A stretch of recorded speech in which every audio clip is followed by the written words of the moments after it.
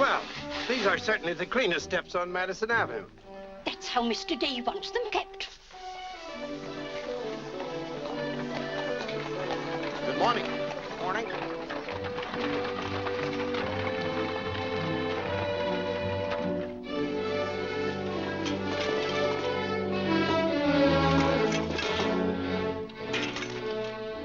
You're new here, aren't you? Just this morning. This is the way Mr. Day gets his milk. Get up.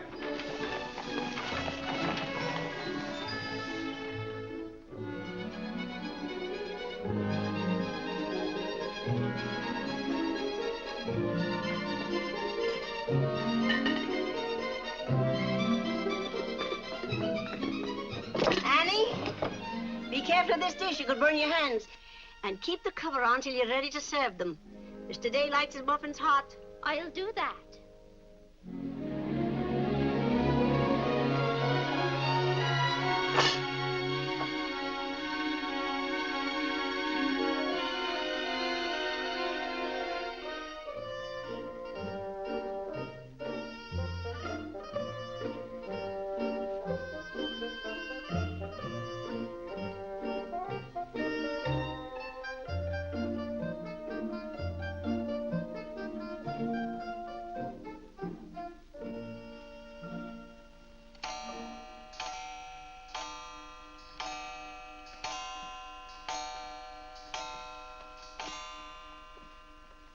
Annie, is the table set for breakfast? Yes, ma'am. Good morning, ma'am. Good morning, Annie. How are you getting along? All right, ma'am. I hope. Now, don't be nervous just because this is your first day. Everything's going to be all right. But I do hope nothing goes wrong. Oh, no, Annie. The cream and sugar go down at this end. Oh, I thought in the center, ma'am. Everyone could reach them easier. Mr. Day sits here. Oh, excuse me. I didn't know where to place the napkins, ma'am. You can tell by the rings. The boys have their initials. C for Clarence. He sits here. J for John. Here. W for Whitney. He sits over there, next to his father. Yes, ma'am. And the one with the little dog on it is Harlan's, of course. He's the baby. This narrow, plain one is mine. And this is Mr. Day's. It's just like mine, except that it got bent one morning. Oh, and that reminds me, Annie, always have Mr. Day's coffee piping hot. Yes, ma'am. And whenever Mr. Day speaks to you, just say yes, sir. Don't be nervous. You'll get used to him. Yes, ma'am. Oh, that beautiful rubber plant. I'm so glad it came. You mustn't water it every day. Too much moisture makes it very unhappy. Oh, good morning, Mother. I thought you were still upstairs. Good morning, Clarence. Father must be talking to himself. A redhead. Did you sleep well, Mother? Yes, thank you, dear. Golly, I'm hungry. Oh, and Annie, we always start with fruit in the morning, except the two younger boys who have their porridge and milk. Jiminy, another wreck on the New Haven. That always disturbs the stock market. Father won't like that. I do wish the New Haven would stop having wrecks if they knew how it upsets your father. My soul and body, Clarence, what's happened to your coat? Oh, it ripped open again. Margaret mended it for me, but it won't stay mended. Oh, dear. Well, I'll just have to speak to your father about a new suit of clothes. Clarence, why did you take my H2S so far out of our clothes closet? I've told you 100 times that closet's not to make experiments in. Two. Good morning, Mother.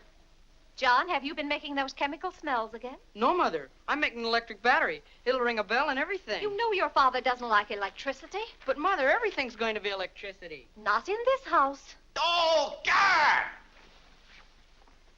What's the matter, Claire? What's wrong? Where's my necktie? Which necktie? The one I gave you yesterday. It isn't pressed yet. I forgot to give it to Margaret. I told you distinctly I wanted to wear that necktie today. You've got plenty of neckties. Put on another one right away and come down to breakfast. I don't know what this world's coming to. Mother, may I have my breakfast early? I'm going to play baseball. 3. Whitney, before you leave the house, you have to study your catechism. But, Mother, they're going to let me pitch today. Good morning. Who won? The Giants, 7-3. Buck Ewing hit a home run. Let me see. Boys, don't wrinkle the paper before your father sees it. Mother, could you ask me my catechism now? I think I know it. Well, let's see. What is your name? Whitney Benjamin. Who gave you your... Come and help me on, Mom. Good morning, darling. Good morning, Mother. How's your finger? It itches. Good, that's a sign it's getting better. Come along. Oh. Let's see, what was I doing? Oh, yes, the catechism. Who gave you your name? My sponsors at baptism, wherein I was made a member of Christ, the child of God, and an inheritor of the kingdom of heaven. Mother, if I hadn't been baptized, wouldn't I have any name? Not in the sight of the church. What did your sponsors then for you? They did promise and vow 3 things in my name. First, that I should renounce the devil and all his works, the pomps and vanity of this wicked world, and all the sinful lusts of the flesh. And secondly, that I believe all the articles of the Christian faith. And thirdly, that I should keep God's holy will and commandments and walk in the same all the days of my... Good morning, boys. Good morning. Good morning. Morning, Father. Father. Morning, Vinny. Have a good night? Yes, thank you, Claire. Good. Sit down, boys. What's that thing doing in here? Claire, that's our new rubber plant. Place for rubber plants is on the equator. Take that object out, Catherine. You're not Catherine? No, sir. Good. Never liked Catherine anyway. Thank you, Clarence. Put it somewhere else, Annie, but not too near a window. Sit down, Harlan.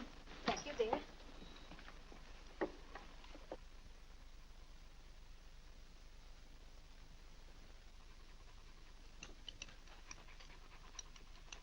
Where did that dog come from? She'll behave, Mother. I've talked to her. What did you say? Claire, that new suit looks very nice.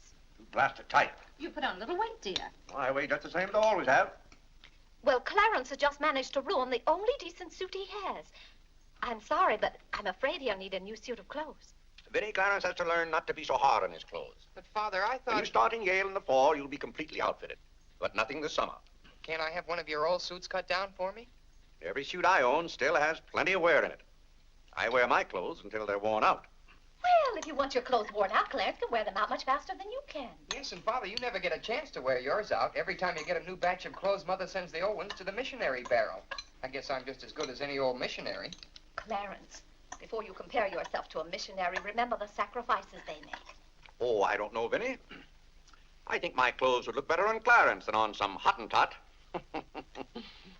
Have that dark sack suit of mine cut down to fit you. Oh, thank you, Father. One of Father's suits. Thank you, sir. In return for that, Clarence, I want you to practice more often on your violin. Whitney, don't eat so fast. Well, Father, I'm going to pitch today. But before I go, I have to study my catechism. What do you bother with that for? Because if he doesn't know his catechism, he can't be confirmed.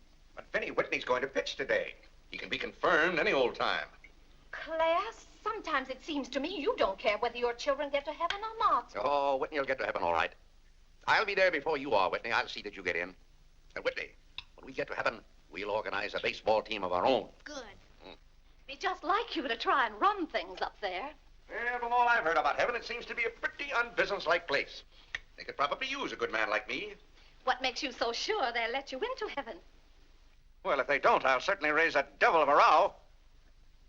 Claire, I do hope you'll behave when you get to heaven. Now, Vinny, Vinny, how many times have I asked you not to engage a maid who doesn't know how to serve properly? Claire, can't you see she's new and doing her best? How can I serve myself when she's holding that platter over my head? Hold it lower, Annie. Yes, ma'am. What became of the one we had yesterday? I don't know why you can't keep a maid. Oh, you don't. Why on earth can't you run your house the way I run my office? All I want is service. What the devil's that noise? It's Annie. Annie? Who's Annie? The maid. I'll take it, Annie. Claire, aren't you ashamed of yourself? What have I done now? You made her cry speaking to her the way you did. I never said a word to her. I was addressing myself to you. I do wish you'd be more careful. It's hard enough to keep a maid, and the uniforms just fit this one.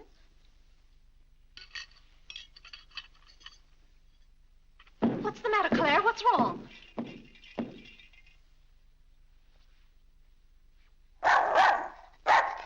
What in the name of... Well, Where did you come from? Who do you belong to? She's mine, Father. Her name is Princess. Looks more like a prince to me. What's wanted? Margaret, this bacon's good. Oh, Well, it's good. yes, sir. Harlan, how's that finger? Come here, let me see it. Yes, Father. Ah, yes, that's healing nicely. I guess you'll know the next time that cats don't like to be hugged. It's all right to stroke them, but don't squeeze them. Now go back and finish your oatmeal. I don't like oatmeal. Go on and finish it. It's good for you. But I don't like it. I'll tell you what you like and what you don't like. You're not old enough to know about such things. You've no business not to like oatmeal. It's good. I hate it. That's enough. We won't discuss it. Eat that oatmeal at once.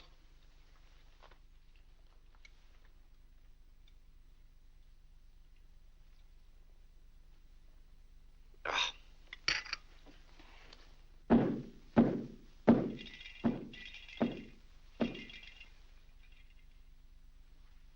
John, that letter's for your mother. I finished my oatmeal, Father. May I be excused? Yes, Whitney, you may go. It's a good game. I will. Whitney? Yes, Mother. My catechism. Never mind this morning, darling. Run along. Thank you, Mother. What's wanted? Margaret, what is this? Coffee, sir. It is not coffee. You couldn't possibly take water and coffee beans and arrive at that. It's slops, that's what it is. Slops. Take it away. I come down to this table every morning hungry. Well, if you're hungry, Claire, why aren't you eating your breakfast? I am. Aunt Judith wants me to come up and visit her. Now, Vinny, I want no more relatives in this house. We are going to live here by ourselves, in peace and comfort. Claire, I was saying Aunt Judith wants me to visit her. Oh. Eat your oatmeal, dear. Now, what on earth is this? Dear friend Day, we are assigning you the exclusive rights to Staten Island for selling the Gem Home Pop-Up of popcorn. I think that's for me, Father. But then why isn't it addressed to Clarence Day, Jr.? Oh, it is. I wouldn't get mixed up in popcorn, Clarence. It's too indigestible. Confound it, another wreck on the New Haven. If you please, ma'am, there's $1 due on a package. It's from Lewis and Congers. Oh, yes, those kitchen knives I ordered. Make a memorandum of that, Vinny. $1, and whatever it was for. Of course, Claire. I must have a record of what is spent running this house. I've never understood what good a record is after the money's gone. There's just $1, Margaret. Vinny, this house must be run on a business basis. Of course, dear. That's what the household accounts are for. Oh, Claire, it's 8:30. You don't want to be late at the office. Plenty of time. Annie, clear the table now. Yes, Ma'am, I'll do that. Clarence, John, Yes, Mother? you boys go up and move the small bureau from my room into yours. Who's coming? Cousin Cora, and she's bringing a friend with her, a young girl. A girl? You'll have to help entertain her, Clarence. Oh, Mother, do I have to? Wait till Father finds out we've got visitors. There'll be a rumpus. John, don't criticize your father. He's very hospitable after he gets used to the idea. I like coffee, I like tea, I like the girls, and the girls like me. Well, I don't like girls, and they don't like me. Oh, God! Go on, boys, go on. What's the matter, Claire? What's wrong? How did that get in this room? Now, Claire, how was the new maid to know? Well, keep that abomination out of here. All right, I'll take it.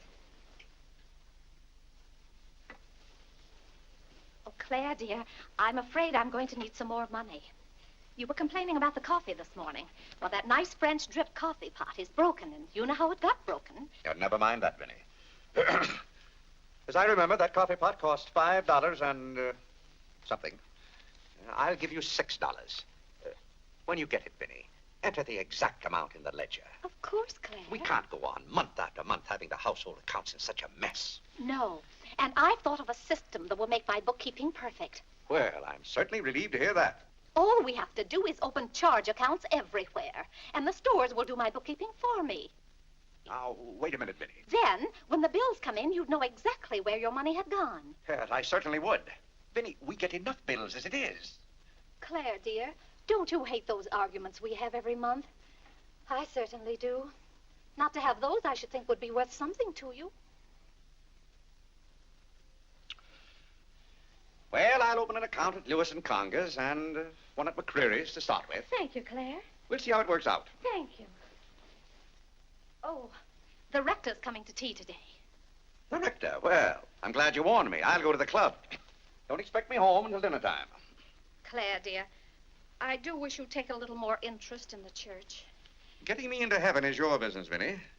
If there's anything wrong with my ticket when I get there, you can fix it up. Everybody loves you so much, I'm sure God must too. I'll do my best, Claire. It wouldn't be heaven without you. If you're there, Vinny, I'll manage to get in some way, even if I have to climb the fence. Sweet Marie, come to me, sweet Marie. Margaret! Margaret! Oh, Gad! What's the matter, Claire? What's wrong? Why did God make so many dumb fools and Democrats? Oh, politics. Yes, but it's taking the bread out of our mouths. Huh. Honest Hugh Grant. Honest, bah. Fine mayor you've turned out to be. If you can't run this city without raising taxes every 5 minutes, you'd better get out. Let someone who can. Richard Croker's running in this town, and you're just his cat's paw. Tell me this. Are these increased taxes going into public improvements, or are they going into graft? Answer me that honestly if you can, Mr. Honest Hugh Grant. You can't. I thought so. Bah. Don't order dinner. You were elected to office on the promise that you would put an end to all this thievery and corruption. Have you put an end to it? No. You've encouraged it. Every day there's some new raid on the public treasury. If you don't stop plundering the pocketbooks of the good citizens of New York, we're going to throw you and your boodle board of aldermen out of office. I'm warning you for the last time. It's robbery. That's what it is. Highway robbery. Annie. If Annie. you think we're going to submit to this... Take this fresh cup of coffee in to Mr. Day. Tell you, sir. But Mr. Day's Real got a estate owners visitor. of New York City are not going to tolerate these conditions any Nonsense. longer. Run along in now. We pay you a good round sum to watch after our interests, and all we get is inefficiency. I know you're an nincompoop, and I strongly suspect you of being a scalawag. You're not going to escape your legal responsibilities. Legal responsibilities? By gad, I mean criminal responsibilities. Don't think for 1 minute we're going to let you escape. We're going to throw you into jail.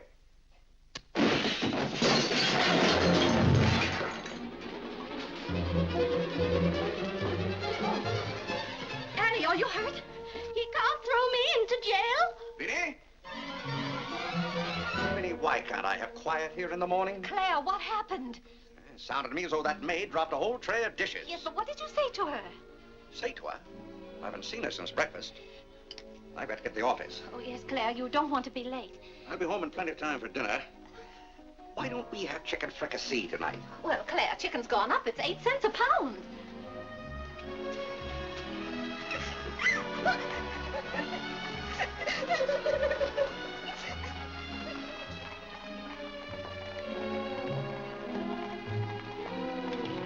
Where the devil's she going, dressed up like that? Claire, you've done it again. How could you?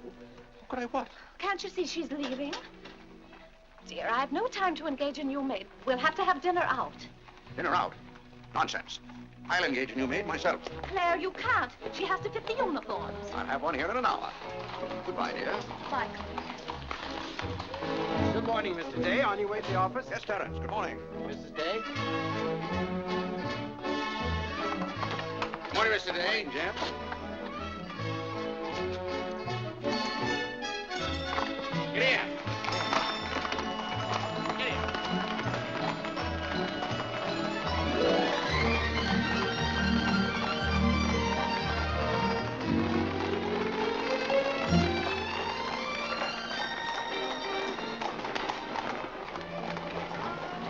Cora, it's wonderful to see you. Vinny, I declare you're getting younger and prettier every year. Oh. This is Mary Skinner. It's Skinner's daughter. My goodness, I never would have known you. Just leave your things out here and come right on in. I heard my father talk so much about you, Mrs. Day. Did he tell you how he used to dip my pigtails in the inkwell at school? What's the news in Pleasantville, Cora? Oh, Vinny, I have so much to tell you. We wrote you that Aunt Carrie broke her hip. Yes. That was the night that Robert Ingersoll lectured. Of course, she couldn't get there, but it was a good thing for Mr. Ingersoll she didn't. How do you do, Cousin Cora? Oh, Clarence, my. Oh, no, Cora, this is John. John, why, how you've grown. You'll be a man before your mother. John, this is Mary Skinner. How do you do? How do you do? Vinny, everybody in Pleasantville sends their love. Grandpa Ebbets, Cousin Edith, Aunt Hattie, the Taylors, just everybody. Cora, how did. is Grandpa Evans? Oh, he hasn't been at all well. You know he only has one kidney, and that's floating. How do you do, Cousin Cora? I'm glad to see you. This can't be Clarence. Yes, it is. My. My goodness, every time I see you boys, you've grown another foot. Let's see, you're going to St. Paul's now, aren't you? St. Paul's? I was through with St. Paul's long ago. I'm starting in Yale this fall. Yale? Oh, Mary, this is Clarence, Mary Skinner. How do you do? Oh, this is Mary's first trip to New York. Yes, it is. It's her first trip. We'll have to show Mary around. Oh, I tell you, I'll ask Mr. Day to take us all to Delmonico's for dinner tonight. Delmonico's? Think of that, Mary, Delmonico's. And Cousin Clara's such a wonderful host. Well, I know you girls want to freshen up, so come upstairs. Clarence, get their bags. I've given you girls Clarence's room, but he didn't know about it until Now, this Vinny, morning. I don't want you to He hasn't give us moved a his call. things out Don't you yet. bother about us But for that doesn't 1 make any minute. John, get their old bags. We just take care of ours. Oh, you play the violin. Well, I fool with it a little. You're just being modest. No, really, I play the piano. Not awfully well, but... Now, you're being modest. Do you ever play duets? Well, I haven't up to now. Neither have I. Up to now.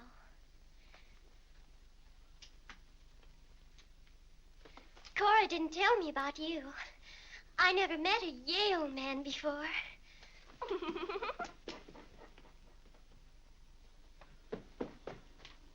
What's happened to you? Nothing. I feel fine.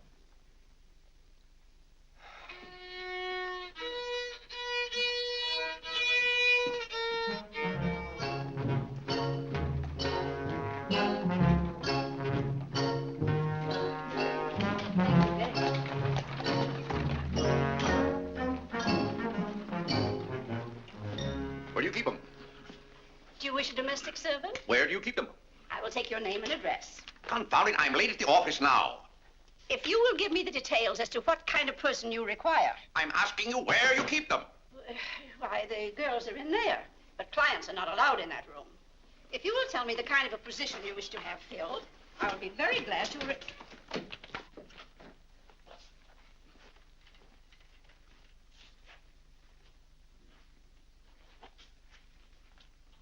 You stand up, please. Sir, this is quite against the rules. I must know what you want the girl for. I'll take that one. What's your name? Hilda, sir. Hilda, you go right over to 420 Madison Avenue. I will, sir. That's all, thank you. Sir, before I can let any girl go from this establishment, I must know the character of the home in which she will be employed.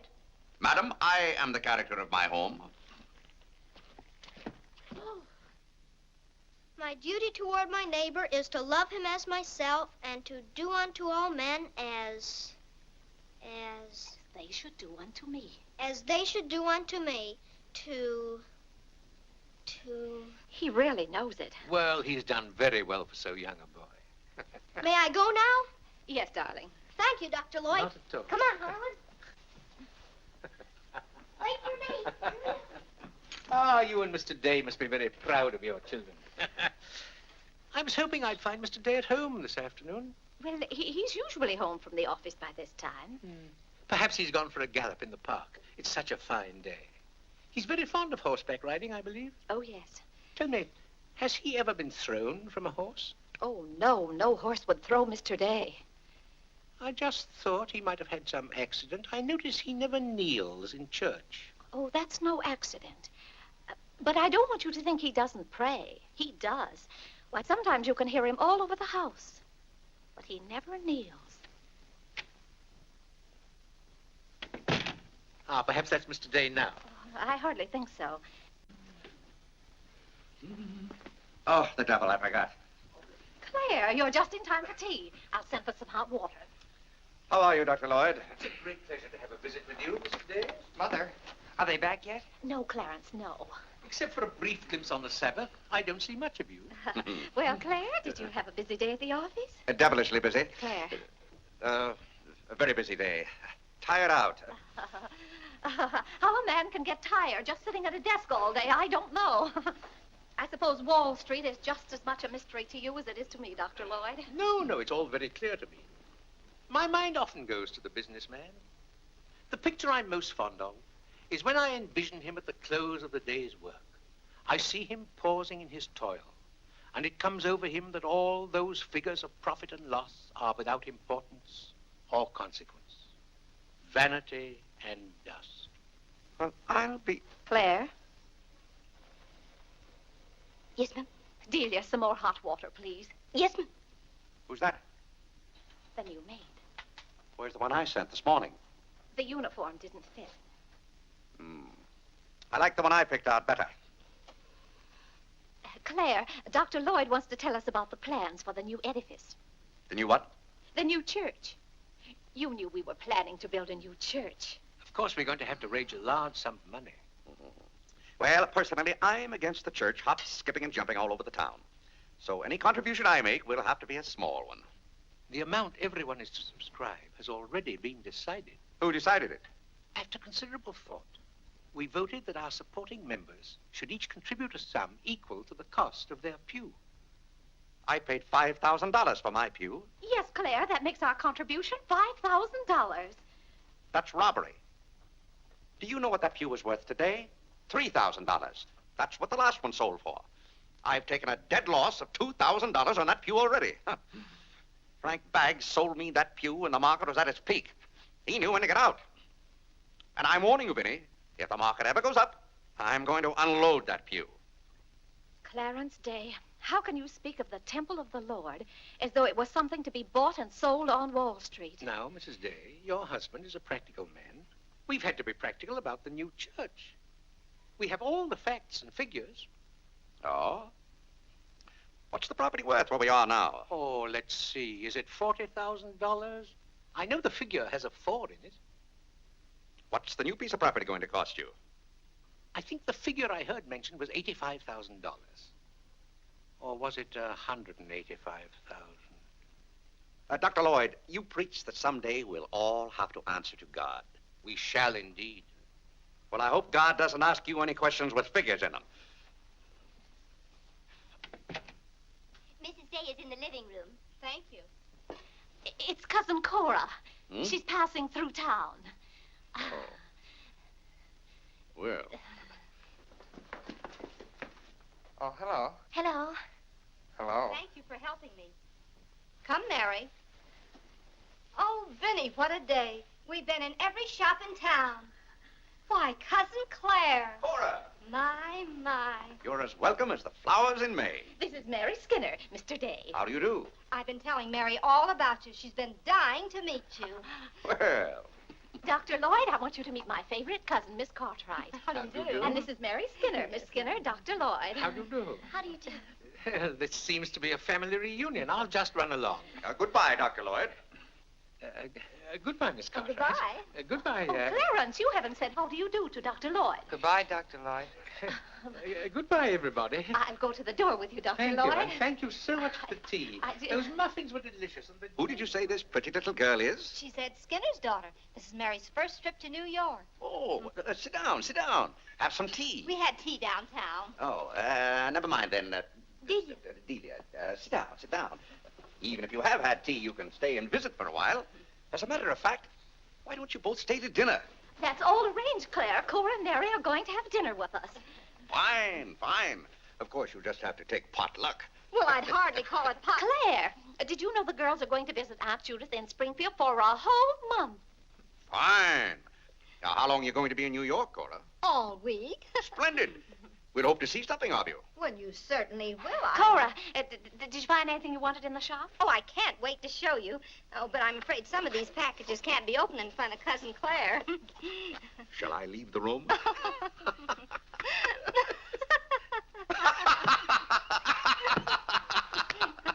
Oh, Claire, Clarence, would you take the packages in the hall up to our room, or should I say your room? Wasn't it nice of Clarence to give up his room to us for a whole week? Cora, come on, I just can't wait to see what's in those packages.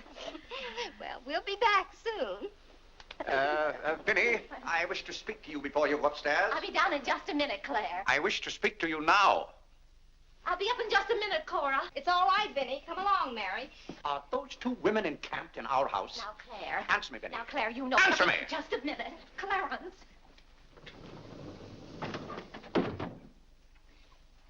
Now, Claire, you know you've always been fond of Cora.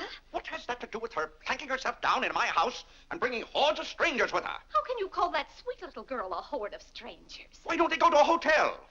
New York is full of hotels built for the express purpose of housing such nuisances. Claire, two girls alone in a hotel? Why, who knows what might happen to them? All right, then put them on the first train. They want to roam with the gypsies? Lend them a hand. Keep them roaming. But, Claire, they're just staying in that little room of Clarence's. The trouble is they don't stay there. They stay in the bathroom. Every time I want to take my bath, it's full of giggling females, washing their hair. I tell you, I won't have it. Send them to a hotel. I'll pay the bill gladly, but get them out of here. Father, I'm afraid they can hear you upstairs. Then keep those doors closed. Clarence, you open those doors. Open them all the way. Now, Claire, you be quiet and behave yourself. They're here, and they're going to stay here. That's enough, Vinny. I want no more of this argument.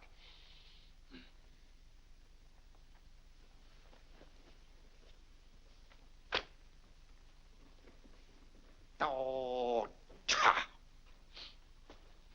What I don't understand is why this swarm of locusts always descends on us without any warning. Oh, thunders.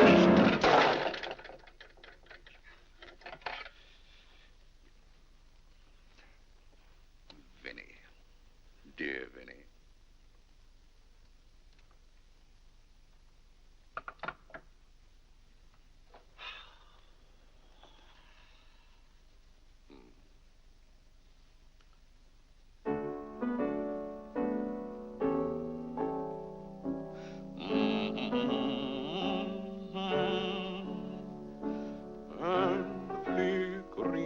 Shadows softly come and go. Though my heart be weary. Father, may I go along with the rest of you to Delmonico's? What's that, Delmonico's? You're taking Mother, Cousin Cora, and Miss Skinner to Delmonico's for dinner tonight. Oh, Gad! I won't have it. I won't have it. I will not have my life arranged for me. I bought this house for my own comfort. I will not submit myself to this indignity. Now, Claire, what's the matter? I won't stand it. By heaven, I won't stand it. Clarence. Do I understand that I am not permitted to have dinner in my own home? Oh, Claire, a little change will do you good. I have a home to have dinner in, and any time I can't have dinner at home, this house is for sale. Well, Claire, you can't have dinner here tonight because it isn't ordered. And besides, Cora and Mary want to see something of New York. Well, that's no affair of mine. I am not a guide to Chinatown and the Bowery. Oh, Mr. Day, I just love your house. I could live here forever.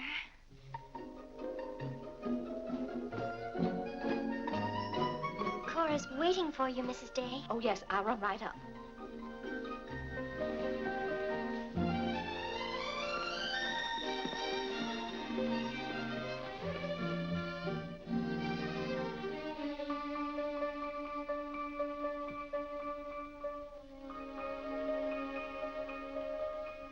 I'm glad you like our house, Miss Skinner.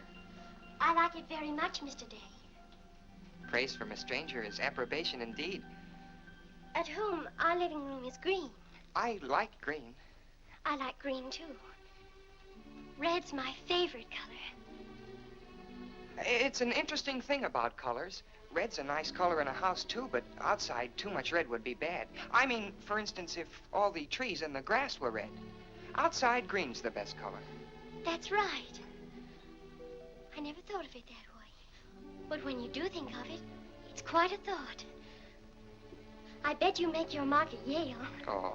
My mother wants me to go to college. Do you believe in girls going to college? I guess it's all right if they want to waste that much time. Before they get married, I mean.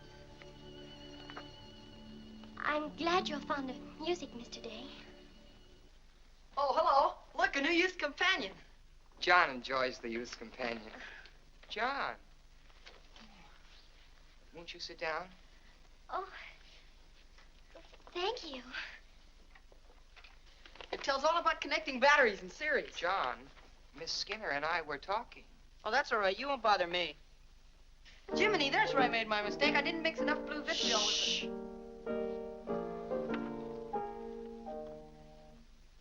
Oh, don't stop. Can you play that? I'm afraid not. Can you play Sweet Genevieve? That's my favorite. Not without my music. Hymns are nice, don't you think? I like this one.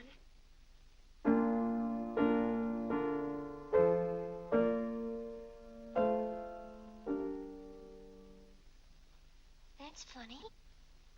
The words are the same, but it's the wrong tune. Oh, it can't be the wrong tune. We sing it exactly that way in church. We don't sing it that way in the Methodist church. You see, we're Methodists. Oh, that's too bad. Oh, I don't mean it's too bad that you're a Methodist. Anybody's got a right to be anything they want, but what I mean is, we're Episcopalians. Yes, I know. Anyway, the words are the same. Shall we begin?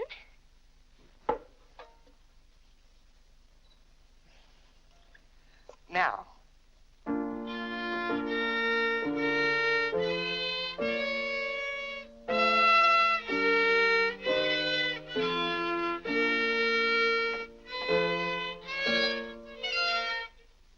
Oh, dear. Well, what's wrong? Shall we try again?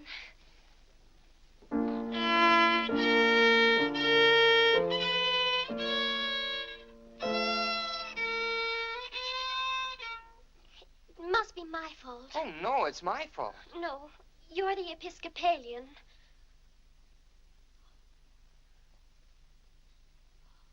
I just remembered something. My father was an Episcopalian. He was baptized an Episcopalian. He was an Episcopalian right up to the time he married my mother. She was the Methodist. Oh. Oh, well, let's try it again then.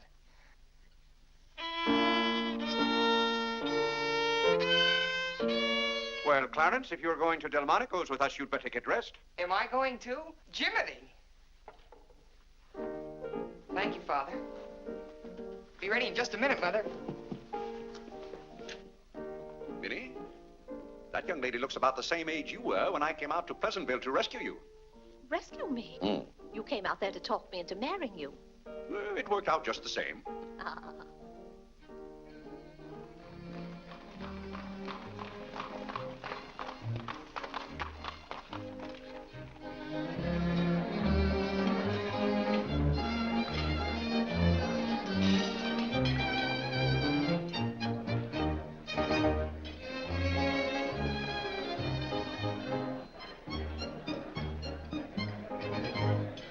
L'addition, François. Oui, monsieur, tout de suite. Louis, l'addition pour monsieur Day. Oui, monsieur. Alors, vite, vite, tout de suite. Alors, vite, vite, tout de suite. Cette sauce diable était délicieuse. Merci, monsieur.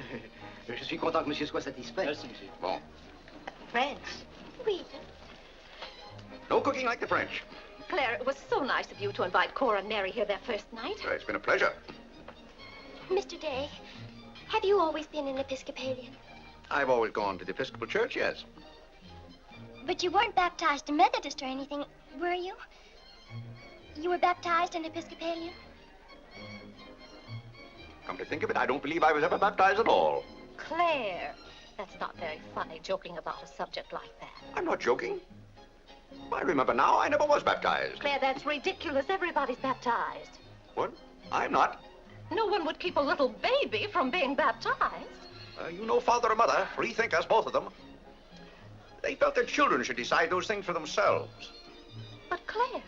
I remember when I was 10 or 12 years old, Mother said I ought to give some thought to it, but I never got around to having it done to me. Claire, do you know what you're saying? Yes, I'm saying I've never been baptized. Then something's got to be done about it right away. Now, Vinny, don't get excited over nothing. Why haven't you ever told me? Well, what difference does it make? I've never heard of anyone who wasn't baptized. Even the savages in darkest Africa. Well, it's all right for savages and children. But if an oversight was made in my case, it's too late to correct it now.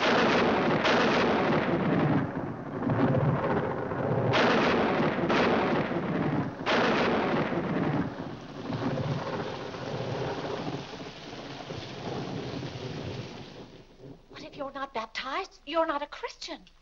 Why, confound it, of course I'm a Christian. A mighty good Christian, too. A lot better Christian than those psalm singers in church. But you can't be if you won't be baptized. I won't be baptized, and I will be a Christian. I'll be a Christian in my own way. Claire, don't you want to meet us all in heaven? Of course. And I'm going to. But you can't go to heaven if you're not baptized. Ah, that's a lot of folderol. Clarence Day, don't you blaspheme like that. You're coming to church with me before you go to the office in the morning and be baptized then and there. Vinny, don't be ridiculous. If you think I'm going to stand there and let Dr. Lloyd splash water on me at my age, you're mistaken. No, I'm sleepy. Good night, Vinny.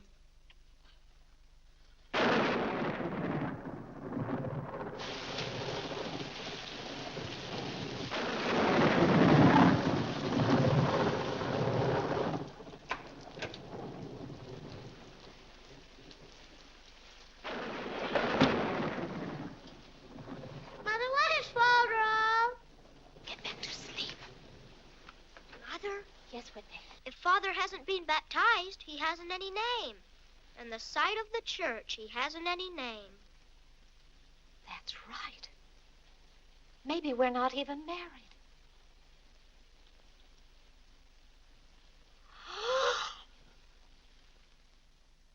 We, thine unworthy servants, do give thee most humble and hearty thanks for all thy goodness and loving kindness to us and to all men. We bless thee for our creation, preservation, and all the blessings of this life.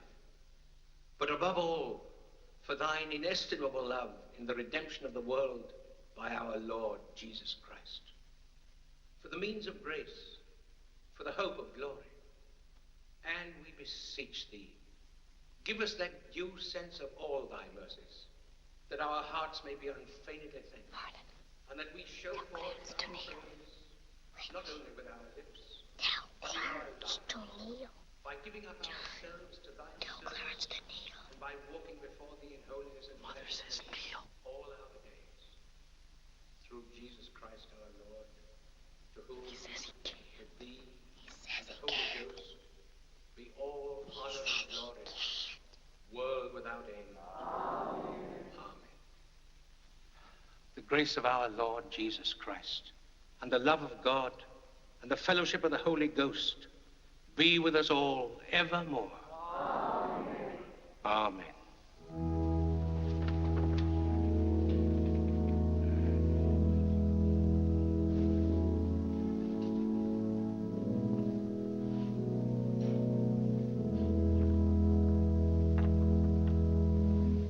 And so, my friends, what comfort and security it gives us when we have reached the age of understanding to know that the rite of baptism has not been neglected in our infancy or youth.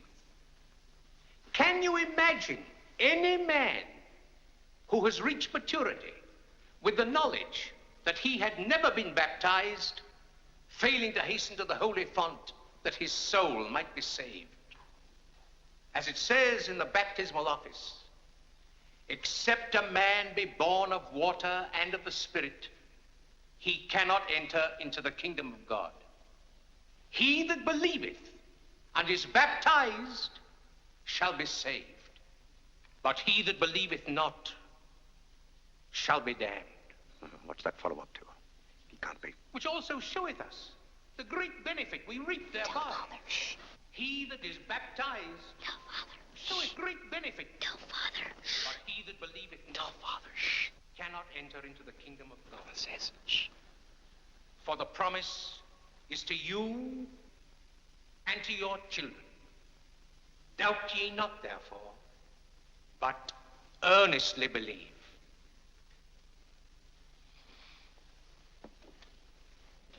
In the name of the Father, and of the Son, and of the Holy Ghost. Amen.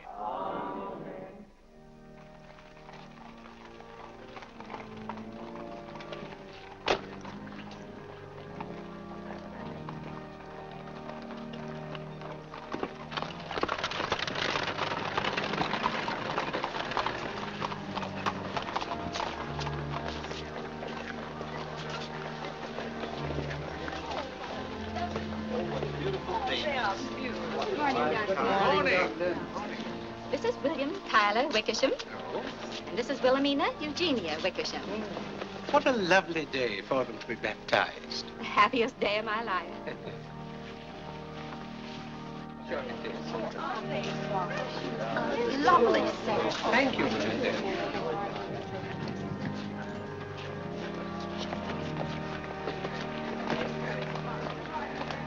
Claire, you know I didn't ask Dr. Lloyd to do that. You must have said something. Well, I had to find out from him if we were really married. I am married and I'm not baptized. And as far as I'm concerned, the whole congregation can know it. They certainly know it now. That suits me. I don't go to church to be preached at as though I were some lost sheep. Claire, you don't seem to understand what the church is for. Minnie, if there's one place the church should leave alone, it's a man's soul.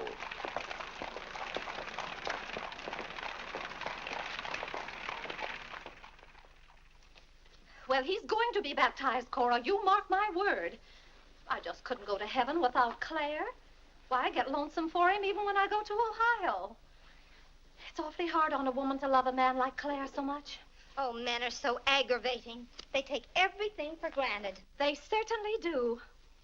You know, I don't believe Claire has come right out and told me he loves me since we've been married. Of course, I know he does because I keep reminding him of it. You have to keep reminding them, Cora. Minnie, the table isn't set for dinner yet. I'll be back in a minute, Cora. We're having it after Cora and Mary go to the train. Their cab's coming at 1 o'clock. Cab? The horse cars go right past the door. But, Claire, they have those heavy bags. Cabs are a waste of money. Well, if dinner's going to be delayed, I'll work on this month's bills. Where are they? Now, Claire, it isn't fair to go over the household accounts when you're hungry. Vinnie, where are those bills? They're in the library on your desk. I didn't know dinner was going to be late. No one ever tells me anything in this house. Back home, I ride all the time. I love horses. The horse is my favorite animal. Well, goodness, where have you two been? Clarence wanted to show me his grandfather's house. You'll have to hurry and finish your packing. It won't take me long. Can I help you pack? Clarence! Clarence? Why didn't you kneel in church today? I just couldn't. If it's because your father doesn't kneel, you must remember he wasn't brought up to kneel in church. But you were. Has it anything to do with Mary? I know she's a Methodist. Oh, no, Mother. Methodists kneel. Mary told me. They don't get up and down so much, but they stay down longer. Clarence, you want to kneel, don't you? Oh, yes, I wanted to kneel today. I tried. You saw me try, but I just couldn't. Is that suit of your father's too tight for you? No, it's not too tight. Well, what is it? Mother, very peculiar things have happened to me since I started to wear this suit. I can't seem to make these clothes do anything Father wouldn't do. Oh, that's nonsense, Clarence. And not to kneel in church is a sacrilege. Making Father's trousers kneel seemed more of a sacrilege. Clarence! Do you know what happened at Dura Wakefield's party for Mary last night? We were playing musical chairs, and some girl sat down suddenly right on my lap. Well, I jumped up so fast she almost got hurt. She was sitting on Father's trousers. Oh, Mother, I've got to have a suit of my own. My soul and body. Well, you'll just have to talk to your father about it. I'm sure if you approach him the right way, you know, tactfully, he'll see. Oh, excuse me. Gracious. It didn't take you very long. Well, I'll see about your box lunch for the train. Remember, it's Sunday.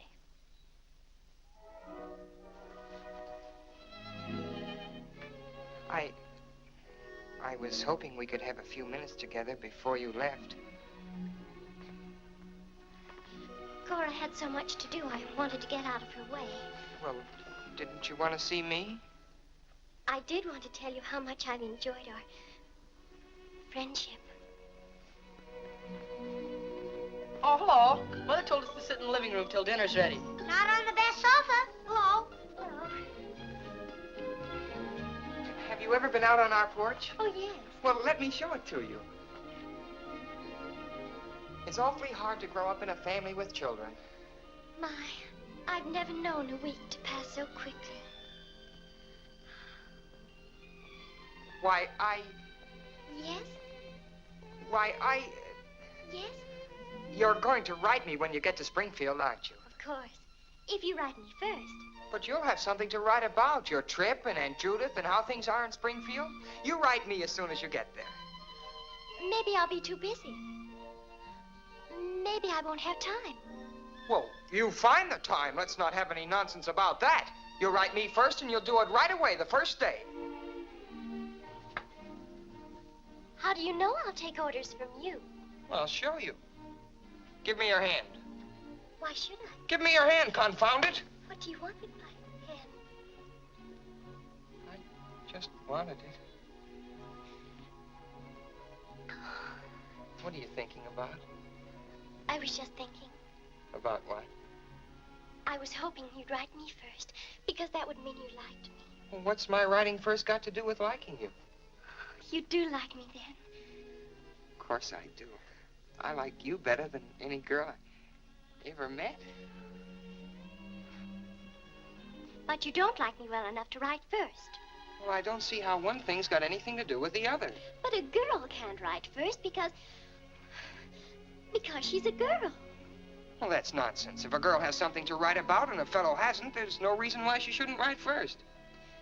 You know, the first few days I was here, you'd do anything for me. And then you changed. You used to be a lot of fun. Then all of a sudden you turned into an old sober sides. Why, you even dress like an old sober sides. What's the matter? I just happened to remember something. What? Oh, I know. It's because this is the last time we'll be together. Mary, please. But, Clarence, we'll see each other in a month when I come back. Oh, Clarence, please write me first, because that'll show me how much you like me. Please. I'll show you how much I like you. Get up, get up! Oh, Mary, don't do that. Please don't do that. Niall think I'm just a bold and forward girl. Oh, no, it's not that. Was it because it's Sunday? No, it'd be the same any day. Oh, you just didn't want me sitting on your lap. Oh, it was nice of you to do it. It was nice of me, so you told me to get up. You just couldn't bear to have me sit there. Oh, well, you needn't write me first. You needn't write me any letters at all, because I'll tear them up without opening them. I never want to see you again. Oh, Mary, listen to me. Mary, please. Oh, Mary.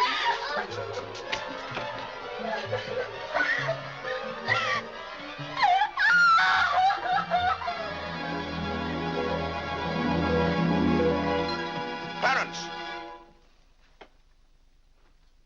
Yes, Father? That young lady's crying. She's in tears. What's the meaning of this?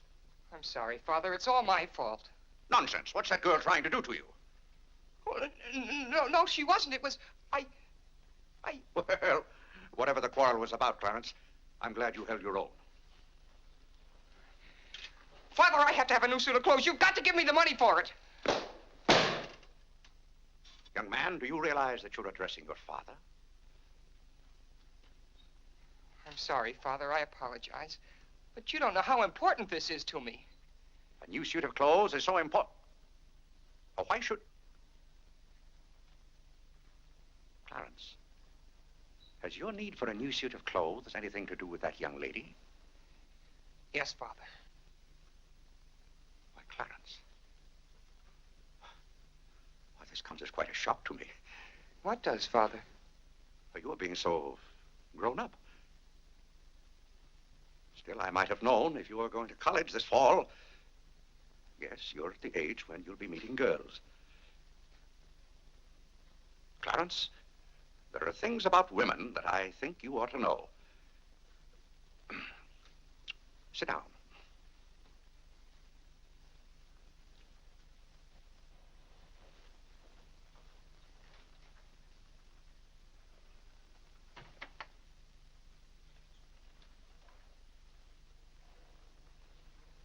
Yes, I think it's better for you to hear this from me than to have to learn it for yourself. Clarence, women aren't the angels that you think they are.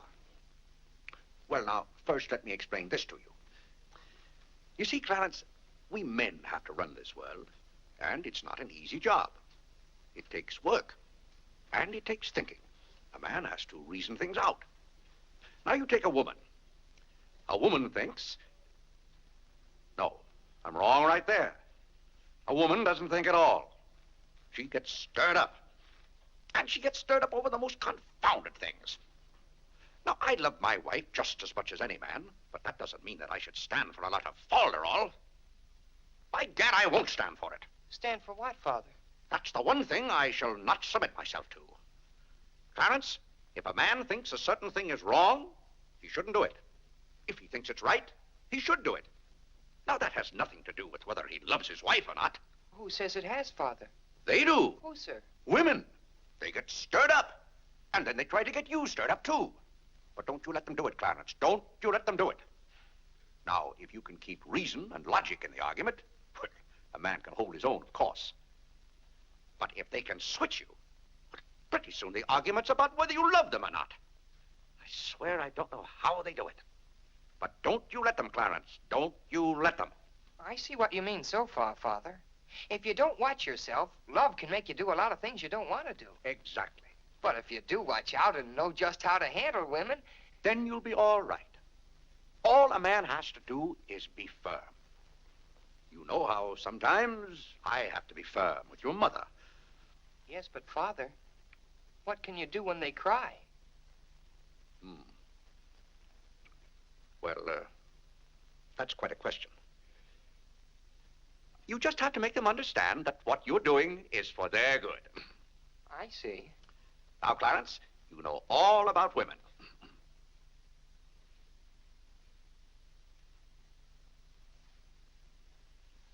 But, Father... Yes, Clarence? I thought you were going to tell me about... About what? About women. Clarence, there are some things gentlemen don't discuss. I've told you all you need to know. The thing for you to remember is be firm.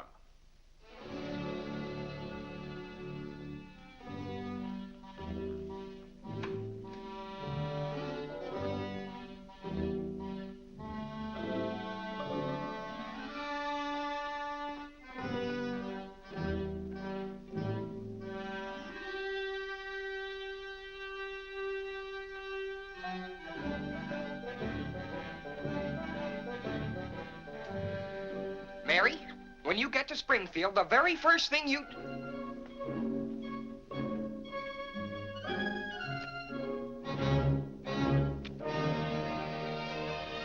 Oh, God! What's the matter, Claire? What's wrong? Sit down, Vinny. Oh, Claire, Cora and Mary are leaving any moment Sit down. now. Vinny, you know I like to live well, and I want my family to live well. But this house must be run on a business basis. I must know how much money I'm spending and what for. For instance, if you recall, a week ago, I gave you $6 to buy a new coffee pot. Yes, because you broke the old one. You threw it right on the floor. I'm not talking about that. Now, I find here It among was my... a pity to break that nice coffee pot, Claire. It was imported from France, and that little shop has stopped selling them. But what has that They to... said the tariff wouldn't let them, and that's your fault because you're always voting to raise the tariff. The tariff protects America against cheap foreign labor. Now, this bill... The tariff does nothing but put up the prices, and that's hard on everybody, especially the farmer. Vinny, I wish to heaven you wouldn't talk about matters you don't know anything about. I do, too, know about them. Miss Gulick says that every intelligent woman should have some opinion Who, about... may I ask, is Miss Gulick? She's the current events woman I told you about, and the tickets are $1 every Tuesday. Do you mean to tell me that a pack of idle-minded females pay $1 apiece to hear another female gabble about the events of the day? Listen to me if you want to know anything about the events of the day. But you get so excited, Claire. And besides, Miss Gulick says that our president, whom you're always belittling, prays to God for guidance. Vinny, what happened to that $6? What $6? I gave you $6 to buy a new coffee pot. Now I find that you apparently got one at Lewis and Conger's and charged it. Here's their bill. One coffee pot, $5. So you owe me $1 and you can hand it right over. I'll do nothing of the kind. What did you do with that $6? Well, Claire, I can't tell you now, dear. Why didn't you ask me at the time? I give up. Wait a minute. I spent $4.50 for that new umbrella. Now we're getting somewhere. One umbrella, $4.50. And that must have been the week I paid Mrs. Tobin for 2 extra days washing. Mrs. Tobin. That's $2 more. $2. That makes $6.50, and that's another 50 cents you owe me. I don't owe you anything. What you owe me is an explanation of where my money's gone. I do the best I can to keep down expenses. You know yourself, Cousin Phoebe spends twice as much as we do. Don't talk to me about your cousin Phoebe. You talk about your own relatives enough. That's not fair, Vinny. When I talk about my relatives, I criticize them. I can't even speak of Cousin Phoebe. You can speak of her all you want to, but I won't have Cousin Phoebe or anyone else dictating to me how to run my house. I didn't say a word about her dictating. Claire, you know she isn't that. You said... Well, I don't know what you said now. You never stick to the point. Now, we're going over this account book, item by item. I find here a bill for $38. I don't know what you expect of me. I tire myself out chasing up and down those stairs all day long, trying to look after your comfort, to bring up our children. I do the mending and the marketing. Now you want me to be an expert bookkeeper, too.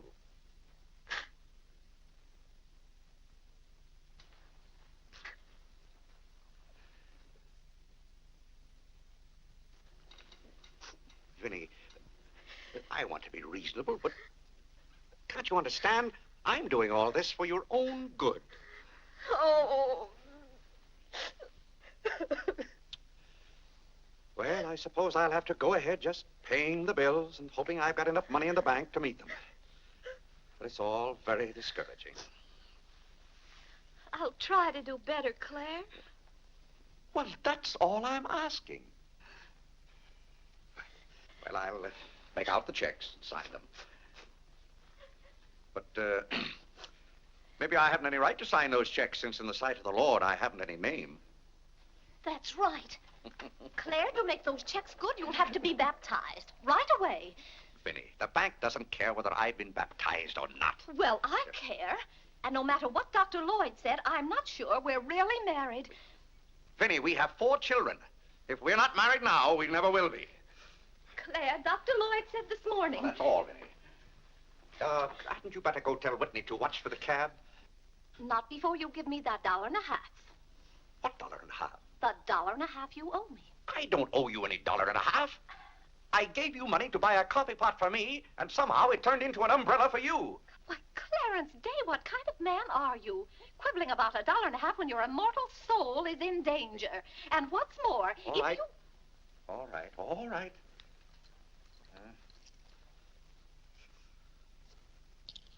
Thank you, Claire. Now the accounts are all straight again.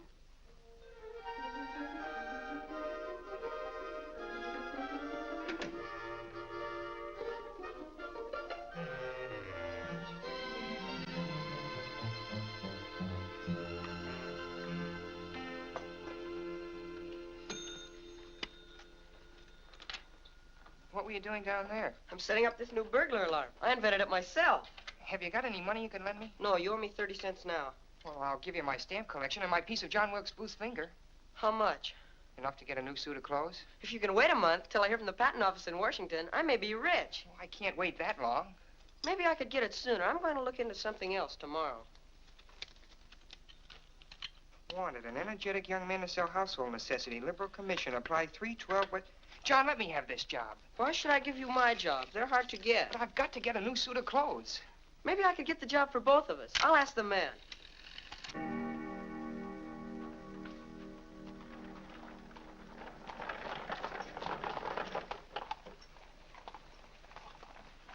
The cab's here, Father. Oh, thank you, Whitney. Vinny, Cora, the cab's here. John, go up and get their bags. Yes, sir. Here's the lunch for the train, sir. Take it out to the cab. Who's that one? It's Ellen. Delia left yesterday. I don't know where your mother finds them. Now, Vinny, don't you let Clara worry about us. We have plenty of time. Ah, take the bags right on out, John. Yes, sir. Well, goodbye, Clarence. It was so nice to see you Goodbye, again. Cousin Cora. Goodbye, Whitney. Now, you be a good boy. Goodbye, Cousin Cora. Goodbye, Harlan. Goodbye. Keep out of mischief. Come along, everybody. Don't keep the cab waiting. Cabs cost money. If there's one thing Mr. Day can't stand, it's to keep a cab waiting. There's any waiting to do. There's a waiting room at the Grand Central Depot just for that. Mary, aren't you even going to shake hands with me? I don't think I'd better. You may remember that when I get too close to you, you feel contaminated. Mary, you're going to write to me, aren't you? Are you going to write first? No, Mary. There are times when a man must be firm. Mary, Mother says you better hurry out before Father starts yelling. It's Sunday. Goodbye, John. I'm very happy to have made your acquaintance. Thank you. May I help you? No, thank you. Take care of yourself. Goodbye, Mr. Day. Goodbye, Mary. Goodbye, Mrs. Day. I've had a wonderful Goodbye, day. Mary. Bye-bye. Goodbye. Goodbye, Cousin Claire. Goodbye, Cora. Goodbye, Cora.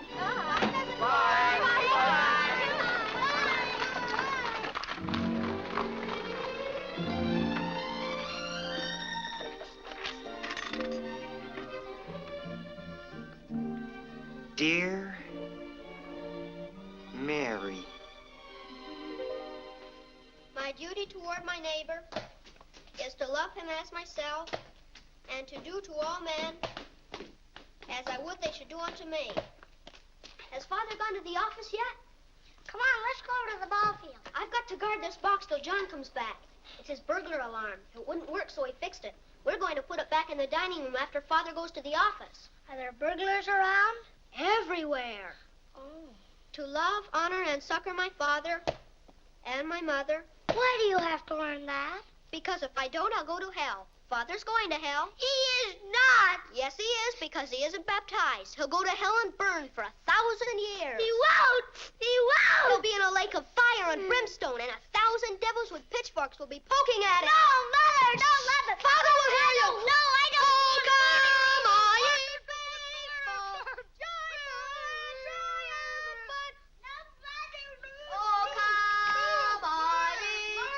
What's that noise?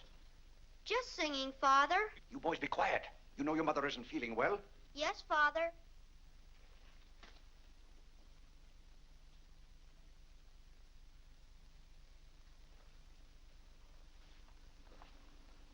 What did your mother say? She says she doesn't want any breakfast. Now, why does your mother do that to me? She knows it just upsets my day when she doesn't come down to breakfast. A special delivery, sir. Thank you. Thank you. Where's John this morning? Well, John had his breakfast early, Father, and went out to see about something. See about what? Well, John and I thought we'd work this summer and earn some money. Good. Work never hurt anyone. It's good for them. But if you're going to work, work hard. King Solomon had the right idea about work. Whatever thy hand findeth to do, Solomon said, do thy doggonedest.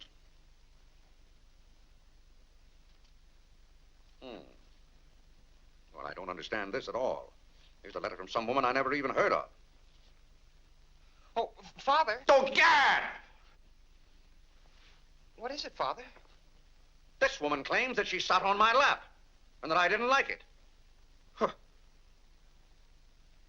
What's that word? No, that one down there. It looks like curiosity. Oh. I only opened your letter as a matter of curiosity. Yes, go on. Why, this gets worse and worse. It just turns into a lot of sentimental, lovey-dovey mush. Tchah! If this is someone's idea of a practical joke. What's the matter, Claire? What's wrong? Nothing wrong. Just a fool letter. How are you feeling, Vinny? I thought you needed me. If you don't, I'll go back to bed. Oh, no. Come sit down and get some food in you. Do you good. Build up your strength. Yeah, here, sit down.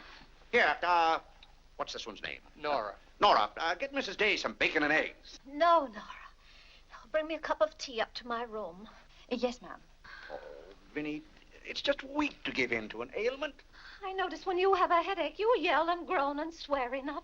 Well, that's to prove to the headache that I'm stronger than it is. I think I've caught some kind of germ. Some of my friends have had to send for the doctor. The doctor? Oh, poppycock. But Claire, dear, when people are ill, you have to do something. Certainly I have to do something. Cheer them up. That's the way to cure them. How would you go about cheering them up? I tell them, bah.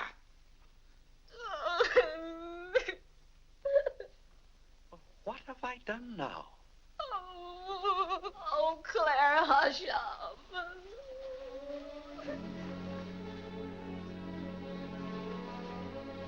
Hey, I didn't mean to upset you.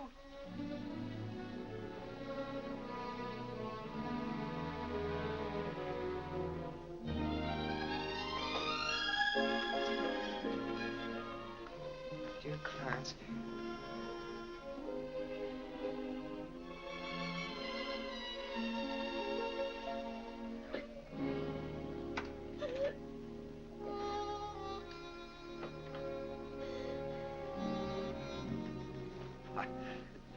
I was just trying to help you.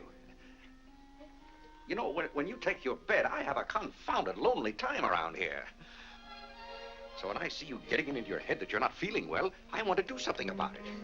But just because some of your friends have given into this, no reason why you should imagine you're ill. Claire, stop.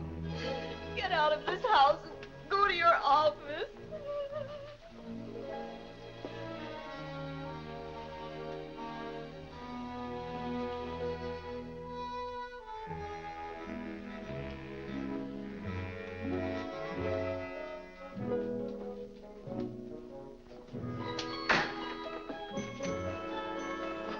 Did you get the job? Yes, for both of us. Look, I've got it with me.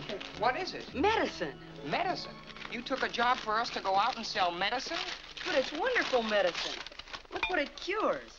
A sovereign cure for colds, coughs, catarrh, asthma, quinsy, and sore throat. Poor digestion, summer complaint, colic, dyspepsia, heartburn, and shortness of breath. Lumbago, rheumatism, heart disease, giddiness, and women's complaints. Nervous prostration, St. Vitus dance, jaundice, la grippe, proud flesh, pink eye, seasickness, and pimples. It's made from a secret formula known only to Dr. Bartlett. We get 25 cents commission on every bottle we sell, and he's giving us the territory of all Manhattan Island. Well, lots of fathers and mothers' friends have some of those diseases. Let's start out by calling on them. Yes. Oh, what if they ask us if we use it at our house? Oh, yes, it would be better if we could say we did. Excuse me? Oh, is that the tea for Mrs. Day? Yes. Well, I'll take it up to her. Oh, thank you. Right away now, while it's hot. What's the matter with Mother? I don't know. She was just complaining. Say, it says here it's good for women's complaints. Here.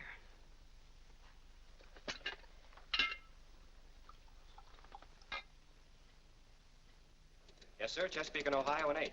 New York Central, 3/4. I'd like to see Mr. Day about those Morris and Essex bonds.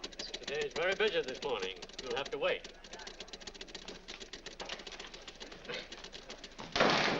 Where's Father? Well, Master Whitney, have you come to pay us a visit? Where's Father? He's busy in his office with a customer.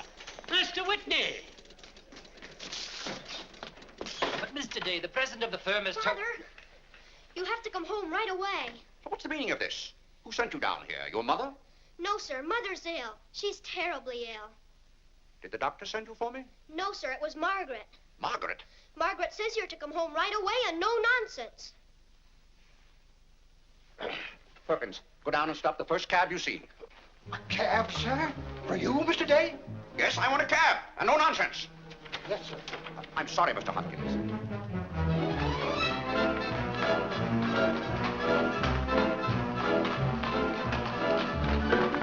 Confound you, can't you go any faster? All right. Get up. Get up there, do you hear me? Get up!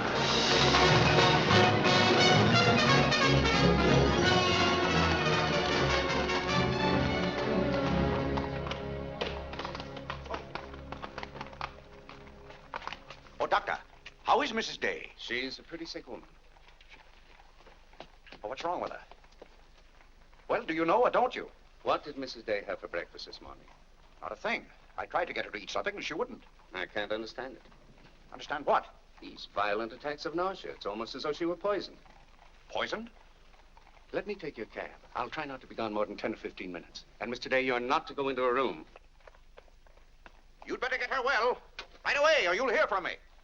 Turn west on 47th Street. Yes.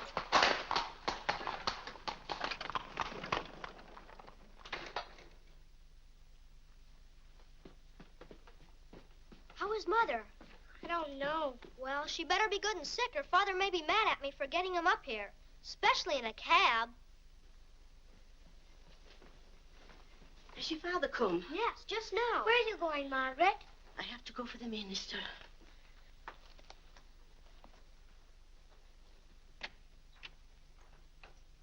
I guess the minister's coming to baptize Father, so I won't have to go to hell.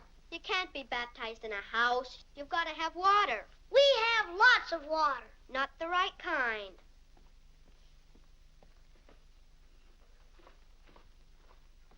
Is Mother better, Father? How can I tell? She wouldn't let me in the room with her. These confounded doctors never know what's the matter with anybody.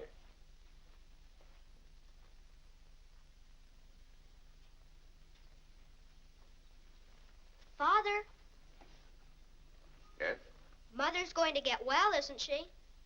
Of course she's going to get well. Father, may we come in? It's lonesome without Mother.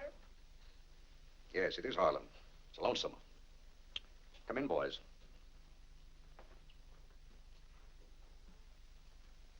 What have you been doing, Harlan? Nothing. They won't let me upstairs. What about you, Whitney? I was supposed to learn the rest of my catechism. Will you hear me, Father?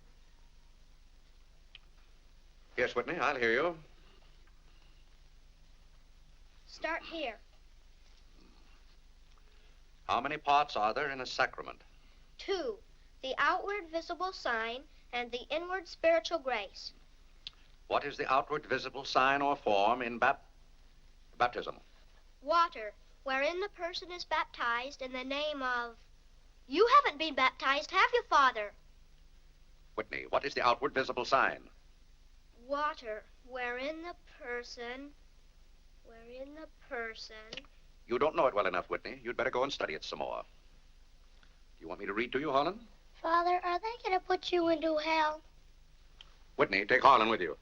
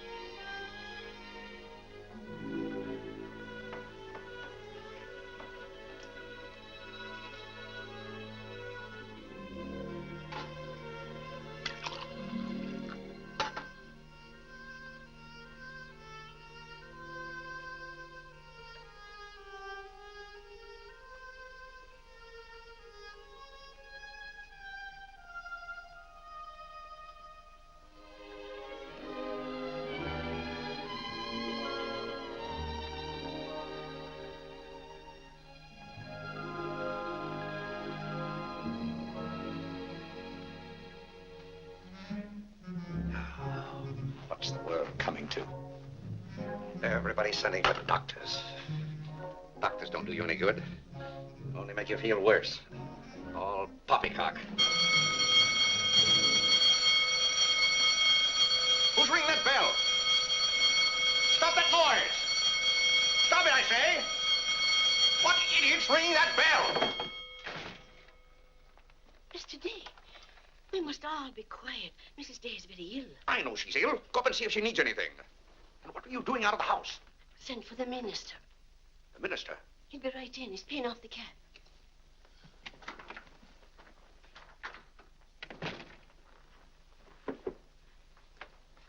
I was deeply shocked to learn the serious nature of Mrs. Day's illness. Will you take me up to her? She's resting now. She can't be disturbed. The doctor will be back in a minute.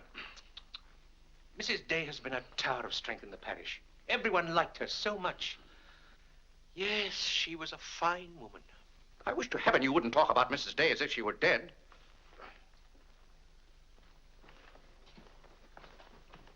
Is the doctor back yet? No. Does she need him? Well, she's kind of restless. She's talking in her sleep and twisting and turning.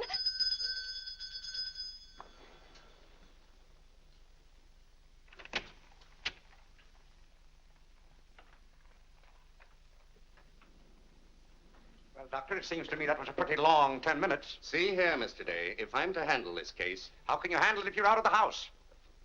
Who is this? It's Dr. Summers.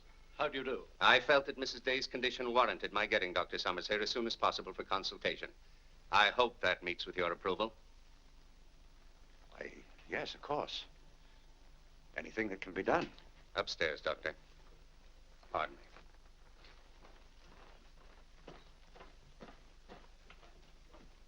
Mrs. Day is in good hands now, Mr. Day. There's nothing you and I can do at the moment to help. Dr. Lloyd. Yes? There's something that's troubling Mrs. Day's mind. Oh? I think you know what I refer to. Yes. You mean the fact that you've never been baptized? Yes, I gathered that you knew about it from your sermon last Sunday. But let's not get angry. I think something had better be done about it. Yes, Mr. Day? When the doctors get through up there, I want you to talk to Mrs. Day. I want you to tell her something. Why, I'd be glad to. You're just the man to do it. She shouldn't be upset about this. I want you to tell her that my being baptized would just be a lot of confounded nonsense. But, Mr. Day... No, she'd take your word on a thing like that. And we both must do everything we can to help her now. But the solution is so simple. It would take only your consent to be baptized. That's out of the question. And I'm surprised that a grown man like you would suggest such a thing.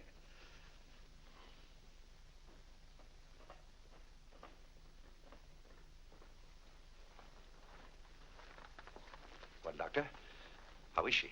What have you decided? Is there a room we could use for our consultation? Well, yes, my library. Doctor. Dr. Summers, this isn't serious, is it? After we've had our consultation, we'll talk to you, Mr. Day. But surely you Rest assured, Dr. Summers will do everything that is humanly possible. We'll try not to be long.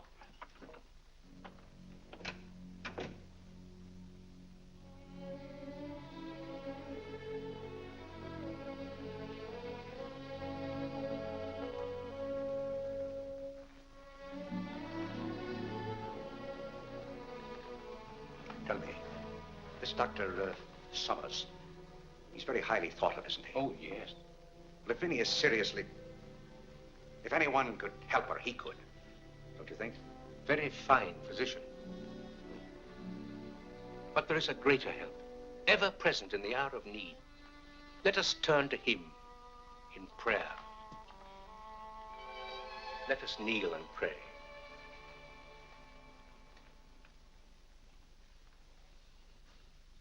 Let us kneel and pray.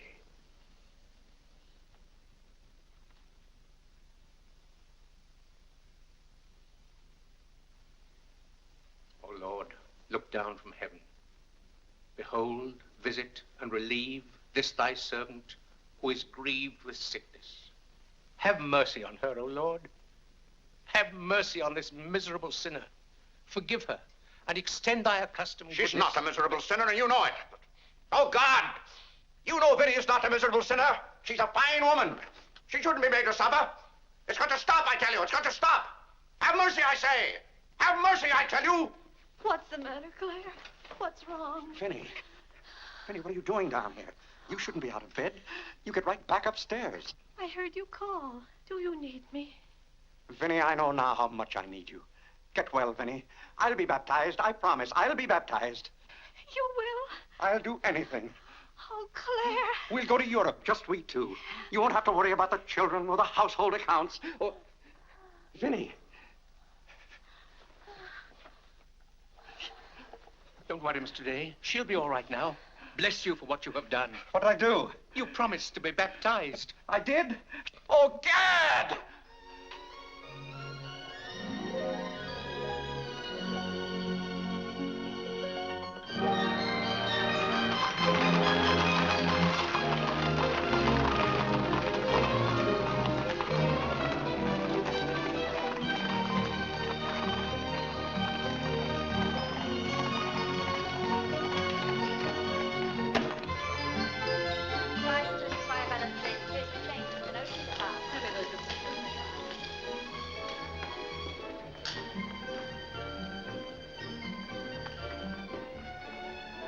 Isn't it drafty here, Mother? Shall I get your coat, Mother? The No, doctor said thank you you. mustn't take cold. I'm quite comfortable, thank you. Come on now, let's stay together. Holland, don't you get lost again. Aren't the hats lovely this year? Ostrich feathers. You wouldn't wear that hat, would you, Mother? I think that's very pretty. I think they're all pretty. Oh, I do need some pink silk thread. Oh, isn't this applique beautiful? Just arrived from Paris, madam. It's charming. What are you looking for, Mother? Oh, I'm just shopping. I think I'll just take a plain one, but this is the very latest. We've only had them in a few days. Remember, Mother, this is your first day out. You mustn't get too tired. No, I'm saving myself, dear. I have to. Cousin Cora's coming tomorrow. She is? Does Father know about it? Not yet. Is Mary coming too? Yes, dear. Hiram, don't touch things. I'll bet you knew it. No, Look, honest, Mother, I just didn't. like Father's. Not tomorrow. Yes, it is, isn't Aren't it? the sleeves a little long? Exactly Fits well like across the yours. shoulders. Come on now, Harlan. Now, take about my the hand. sleeve. You'll get lost again. Do we have any more of this material? Yes, we do. Store Thank doesn't you. like you to touch things. This one is genuine imitation Dresden. The original design by Duryea. John, isn't this the darlingest thing? It's exactly what I've always wanted. How much is this lovely pug dog? $15, ma'am. $15? Gee whiz, Mother. We can buy a real-life bloodhound for $5. Oh, isn't he perfectly adorable? Oh, I shouldn't. I know I shouldn't. Mrs. Day. Oh, Mrs. Whitehead. How nice to see you. Are you quite recovered? Almost. This is my first day out. We've missed you at the church. You remember Mr. Morley? How do you do, Mrs. How do you Day? do? Mr. Morley preached the Sunday Dr. Lloyd was ill. Oh, yes. I can't tell you how much I enjoyed your sermon. Even my husband enjoyed your sermon. We've just come from the board meeting of the Foreign Missions. I'm taking Mr. Morley home to lunch. I had to drop in here to pick up a purchase. I won't be a minute. Is your parish in the city? Yes, it's on the outskirts. My church is in Audubon Park. Oh, way up there. Oh, are you acquainted in Audubon Park? No, I don't believe we know a soul there. Mr. Morley, would this be possible? My husband, Mr. Day. If we lower the collar, it'll be a very fine fit. You won't find a better suit of clothes in the city for $15. Oh, it's not the price. It's the money. Thank you for holding it for me. You're welcome. Goodbye, Mrs. Day. I hope we meet again soon. Goodbye. It was very pleasant meeting you again. I think it was divine providence. I shall be delighted to be of service. Goodbye, Mr. Morley. Goodbye. May I work it? Oh, no, it's against the rules.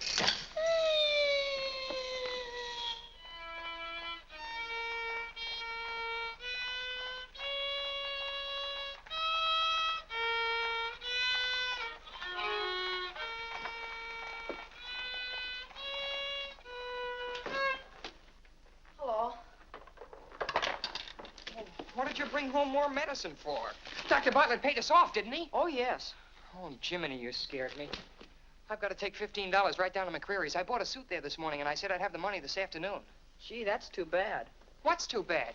Well, you see, Clarence. What? Dr. Bartlett paid us off in medicine. Oh, Gad! Well, he thanked us, too, for our services to mankind. But my suit, I've got to have it tomorrow. And besides, they're making the alterations. I've got to have $15. Maybe you could offer them 15 bottles of medicine. Oh, they wouldn't take it. McCreary's don't sell medicine. Father. Vinny, I'm home. Good afternoon, sir. How's your mother, Clarence? Oh, the ride this morning did her a lot of good. She'll be well enough to go to church with us next Sunday. Ah, fine. Oh, Father, have you noticed I haven't been kneeling down in church lately? Don't let your mother catch you at it. Then I have to have a new suit of clothes right away. That doesn't make sense. I can't do anything in your clothes that you wouldn't do. Well, if my old clothes make you behave yourself, I don't think you ought to wear anything else. Oh, no, you're you and I'm me. I want to be myself. I mean, suppose I should want to kneel down in front of a girl. Why, in heaven's name, should you want to do a thing like that? Well, I've got to propose to a girl sometime. Clarence. Well, not right away, but for $15 I can get a good suit of clothes. Clarence, you're beginning to talk as crazy as you... Hello, Vinny. You're feeling better today, huh? Much better, thank you, Claire. You don't have to hurry home from the office every day like this. With business the way it is, there's no use going to the office at all. Yes, you do look better, Vinny. What did you do today? Well, I got a carriage and took the boys for a ride, and we stopped in at McCreary's.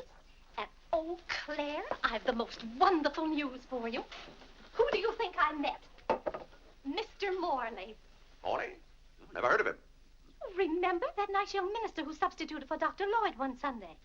Oh, yes. Bright young fellow. Preached a good, sensible sermon. Short one, too. Ought to be more ministers like him. Well, Claire, his parish is in Audubon Park. You know, way up above Harlem. Nobody knows you up there. You'll be perfectly safe. Safe? Vinny, what the devil are you talking about? I've gone all over everything with Mr. Morley, and he's agreed to baptize you. Oh, he has. The young whippersnapper. Very nice of him. We can go up there any morning. We don't even have to make an appointment. Who said I was going to be baptized at all? Why, Claire, you did. Now, Vinny. You gave me your promise, your sacred promise. You said I'll be baptized. I promise I'll be baptized. Well, what if I did? Claire, aren't you a man of your word? Vinny, we all thought you were dying. So naturally I said that to cheer you up. As a matter of fact, the doctor told me that's what cured you. Well, it seems to me pretty ungrateful of you to press this matter any further. My being well has nothing to do with it. You gave me your word. You gave the Lord your word. And you're going to march yourself up to Mr. Morley's church some morning before you go to the office and be christened. If you think for 1 minute... What in the name of heaven is that? If you think I'm going to let you add the sin of breaking your solemn and sacred promise... I demand to know what that repulsive object is. It's perfectly plain what it is. It's a pug dog. What is it doing in this house? I wanted it and I bought it. You spent good money for that? Claire, don't try to change the subject. How much did you pay for that atrocity? I didn't pay anything for it. I charged it. Charged it, I might have known. How much was it? $15. $15? Claire, For that eyesore? don't you call this lovely work of art an eyesore? It will look beautiful sitting on a red cushion by the fireplace in the living room. If that sits in the living room, I won't. Furthermore, I don't even want it in the same house with me. Get it out of here. Claire, you're not going to get out of this room until you set a date for your baptism. I'll tell you one thing. I'll never be baptized as long as that hideous monstrosity is in this house. All right. All right. Clarence. That pug dog goes back this afternoon, and he's christened first thing in the morning. You heard him, didn't you, Clarence? You heard him say that he'd be baptized as soon as I got this pug dog out of the house. You hurry right back to McCreary's with it, and be sure they credit us with $15. Oh, Mother, while we were at McCreary's, I happened to see a suit I'd like very much, and the suit was only $15. Well, Clarence, I'm afraid your suit will have to wait until after I get your father christened. Well, no, I meant that since the suit cost just the same as the pug dog, if I exchanged the pug dog for the suit... Why, yes. Then the suit wouldn't cost your father anything. Why, how bright of you, Clarence, to think of that. I'd better start right away before McCreary's closes. Yes. Now, let's see. If we're going to take your father all the way to Audubon Park... Clarence, on your way back, you stop at the livery stable and tell them to have a cab here at 8 o'clock tomorrow morning. Mother, a cab? Do you think you ought to? We can't walk all the way to Audubon Park. But you know what a cab does to Father. This is a very important occasion. All right. Get one of their best cabs, the kind they use at funerals. Well, those cost $2 an hour, and if Father gets mad... Well, if your father starts to argue in the morning, you remember. Oh, he agreed to it. We both heard him.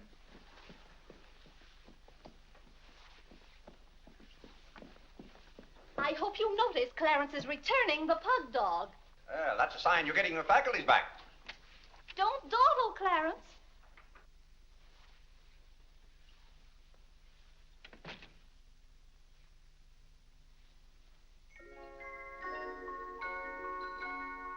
Come to me, sweet Marie, not because because your face is fair, dear to see. Vinny, it's good to hear you singing again. But your smile so pure and sweet makes my happiness complete, makes me falter at your feet, sweet Marie. Oh, on the way uptown, I stopped in at Tiffany's and bought you a little something. Thought you might like it. Claire! What a beautiful ring! I'm glad it pleased you. Oh, Claire, how sweet of you. I don't know how to thank you. Well, it's thanks enough for me just to have you up and around again. You know, when you're ill, Vinny, this house is like a tomb. There's no excitement. That's the loveliest ring you ever bought me. Now that I have this, you needn't buy me any more rings. Well, if you don't want any more. What I'd really like now is a nice diamond necklace. Vinny, do you know how much a diamond necklace costs? Yes, I know, Claire, but don't you see, you're giving me this shows I mean a little something to you. Now, a diamond necklace. Good heaven. If you don't know by this time how I feel about you. Well, we've been married for 20 years, and I've loved you every minute of it. What did you say, Claire? I said we've been married for 20 years, and I've loved you every minute of it. But if I have to buy out jewelry stores to prove it, if I haven't shown it to you in my words and actions, I might as well... Well, what have I done now? It's all right, Claire. I'm just so happy. Happy? You said you loved me. And that beautiful ring, that's something else I didn't expect. Oh, Claire, I love surprises. But that's another thing I've never understood about you, Vinny. Now, I like to know what to expect. Then I'm prepared to meet it. Yes, I know, Claire, but life would be pretty dull if we always knew what was coming. Well, it's certainly not dull around here. In this house, you never know what's going to hit you tomorrow.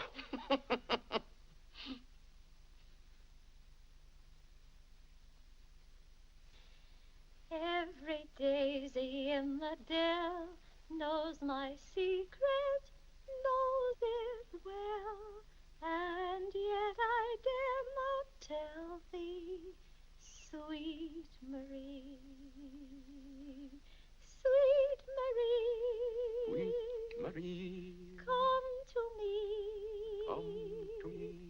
not because your face is fair, love to see. love to see. Every daisy in the dell knows my secret, knows it well, and yet I dare not tell, sweet Marie.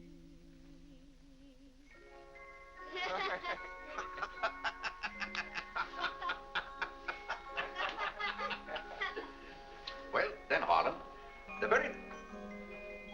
Who are you? What's your name? Margaret, sir. Can't be Margaret. We've got one Margaret in the house. At home, they call me Maggie, sir. All right, Maggie. If her name's Margaret, that's a good sign. Maybe she'll stay a while. Do you know, boys, your mother used to be just the same about cooks as she is about maids. Never could keep them for some reason. Well, one day about 14 years ago. Yes, it was right after you were born, John. My, you were a homely baby. Thank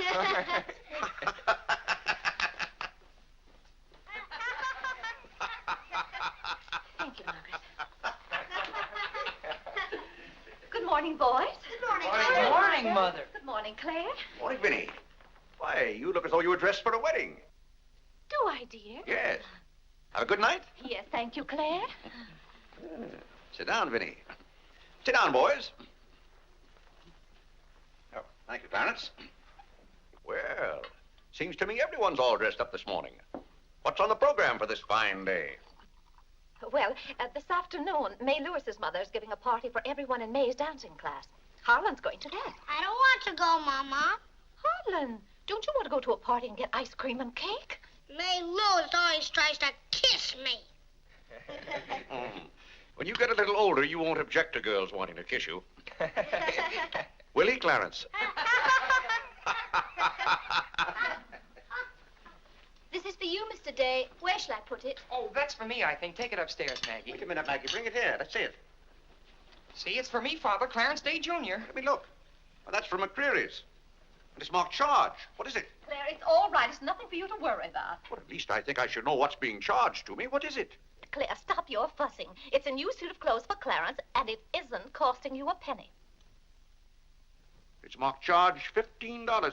It's costing me $15. And I told Clarence... Claire, can't you take my word? It isn't costing you a penny. I'd like to have you explain why it isn't. Because Clarence took the pug dog back and got the suit instead. Of course. And they'll charge me $15 for the suit. Nonsense, Claire. We gave them the pug dog for the suit, don't you see?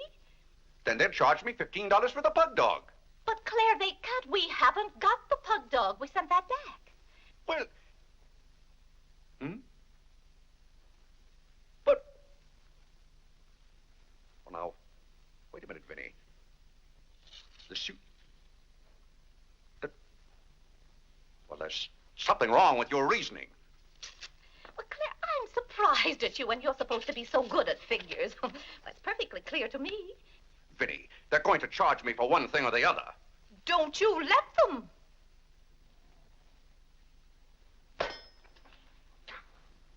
Well, McCreary's aren't giving away suits and they aren't giving away pug dogs. Why, it should be clear to a child that if Clarence sent the pug dog back, they'd... Well...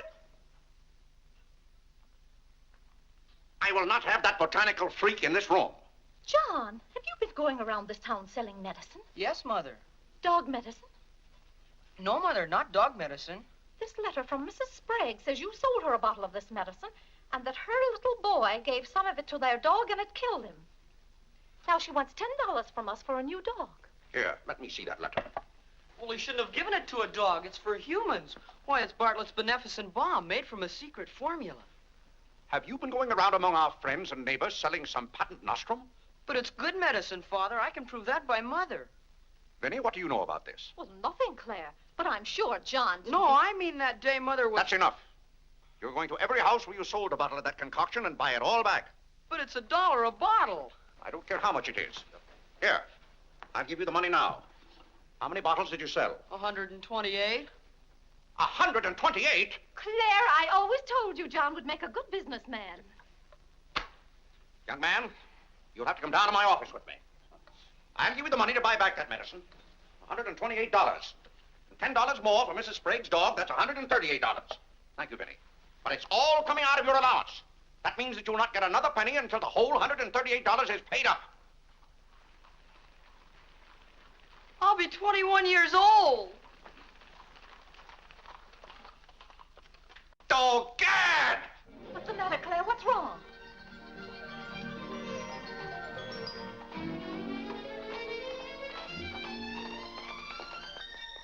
Those gypsies are back. Don't anyone answer the door. They're moving in on us again, bag and baggage. I won't have it, I tell you. I won't have it. Now, Claire. Don't let them in. Claire, hush up. They'll hear you. Tell them to get back in that cab and drive right on to Ohio. As if we could turn our own relatives away. But they're extravagant enough to take cabs when horse cars run right by our door. And now you be quiet and behave yourself. John, come help with the baggage. Why do they always have to pounce on us without any warning? Cora, Mary. Well, it's so good to have you back again. How are you, Vinny? We've been so worried about you. Oh, I'm fine now. really? Did you have fun in Springfield? yes, Was it? John, my, you're still growing. Thank you, Cousin John, Cora. go get the baggage. There's Well. Whitney. How are you, darling? Fine, thank you. And little Harlan. Have you been a good boy? No. Claire, the girls are here. Cousin Claire, here we are again. My, it's so nice to be back. How do you do, Mr. Day? How do you do? Come and sit down and have some breakfast with us. Oh, we had breakfast at the depot. Well, we've practically finished ours. I haven't finished my breakfast. Well, then sit down, Claire. Come and have a cup of coffee anyway. Oh, thank Mary, you, sit over Vinny. there. Cora, Maggie, clear those places. My, this seems so natural. Claire, don't let your kippers get cold. Maggie, serve some coffee. Yes, ma'am. Where's Clarence? Well, he must be upstairs moving his things so you can have his room again. Oh, Vinny, we can't stay overnight. Grandpa Ebbs has been sailing very fast, and that's why I have to hurry back. We're leaving on the 5 o'clock train this afternoon. Well, Cora, it certainly is good to see you again.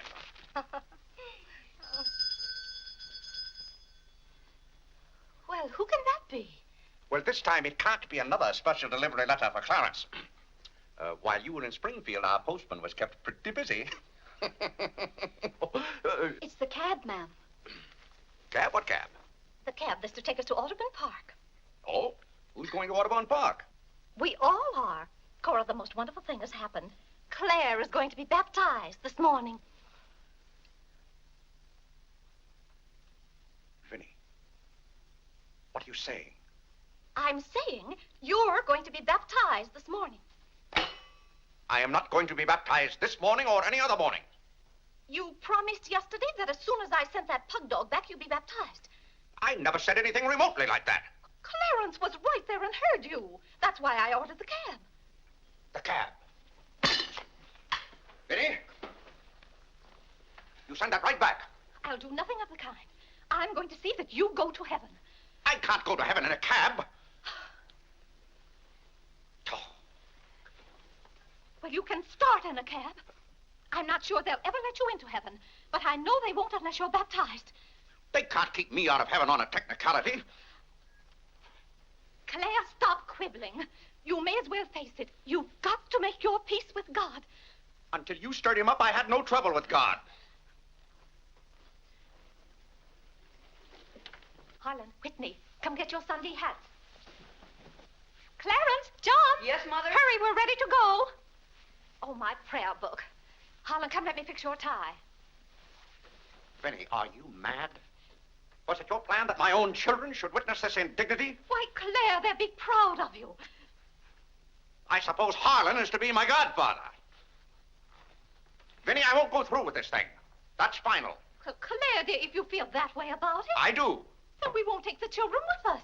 I'm not talking about the children. I'm ready, Mother. Oh, John. Vinny, I haven't time for anything like that this morning. I've got to take John down to my office with me and give him the money to buy back that dog medicine. But it wasn't dog medicine, sir. Young man, we're starting downtown this minute. You'll do no such thing. You gave me your sacred promise that day I almost died. Yes, and she would have died if we hadn't given her some of that medicine. That proves it's good medicine. You gave your mother some of that dog medicine? John, you didn't. Yes, we did, Mother. We put some in your tea that morning. Oh, John. Do you realize you might have killed your mother? You did kill Mrs. Sprague's dog. John, I'll have to give considerable thought as to how you're to be punished for this. But Claire... No, Vinny. When I think of that day, why, we might have lost you. You're all right now, thank heaven. But what I went through that afternoon, the way I felt, I'll never forget it. You've forgotten it already. What do you mean? That was the day you gave me your sacred promise.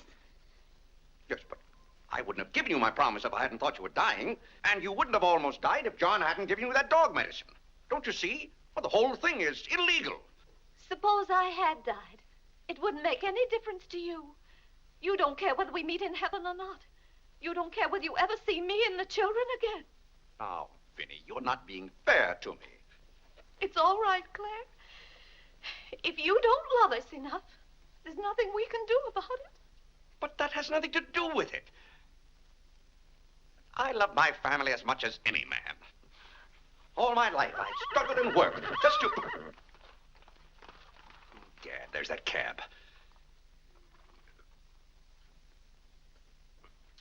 Vinny, you're not well enough to go all the way to Audubon. Oh, I'm well enough if we ride. But that trip would take all morning.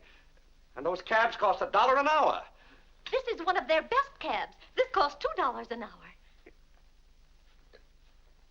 Well, then why aren't you ready? Get your hat on. Oh, tarnation! Hallelujah! Amen! Young lady, if it hadn't been for you, no one would have known whether I was baptized or not.